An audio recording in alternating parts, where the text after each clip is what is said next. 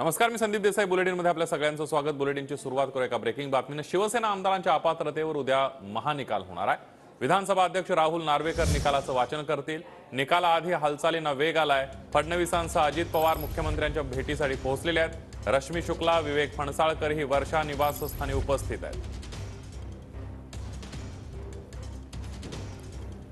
आताच्या घडीची एक महत्त्वाची बैठक आपण बघतोय. महत्त्वाची बातमी आहे आणि याविषयी अधिक माहितीसाठी जाऊयात. आपले प्रतिनिधी निवृत्ती बाबर आपल्या सोबत आहेत. बाबर, निवृत्ती, आपण बघतोय की उद्या निकाल होतोय आणि या सगळ्याच्या पार्श्वभूमीवर महत्त्वाची बैठक सुरू झाली आहे. काय घडामोडी घडतात?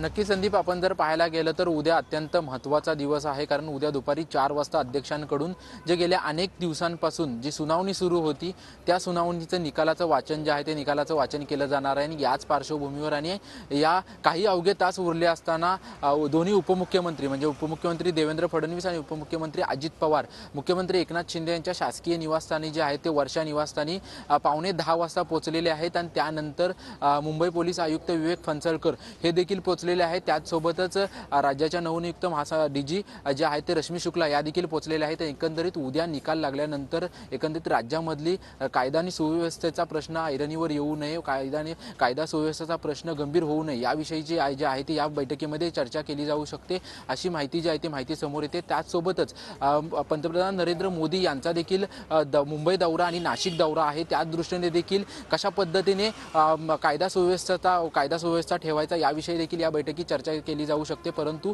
याच पार्श्वभूमीवरती जर आपण पाहायला गेलं तर उद्या अत्यंत महत्त्वाचा दिवस आहे. आणि या महत्त्वाच्या दिवसाच्या अगोदर जे आहे ते राजकीय घडामोडी ज्या आहेत त्या घडताना आपल्याला पाहायला मिळत आहेत. गेल्या पाऊण तासांपासून जे आहे ते तिन्ही नेत्यांमध्ये आणि पोलीस अधिकाऱ्यांमध्ये बैठक जी आहे ती वर्षा निवासस्थानी सुरू आहे. त्याच्यामुळे या बैठकीमध्ये नक्की काय घडतं हे पाहणं महत्त्वाचं असेल. अगदी निवृत्ती, या बैठकीसंदर्भातले सगळे अपडेट तुमच्याकडून जाणून घेत राहणार आहोत. तुर्तास धन्यवाद दिलेल्या सविस्तर माहितीबद्दल.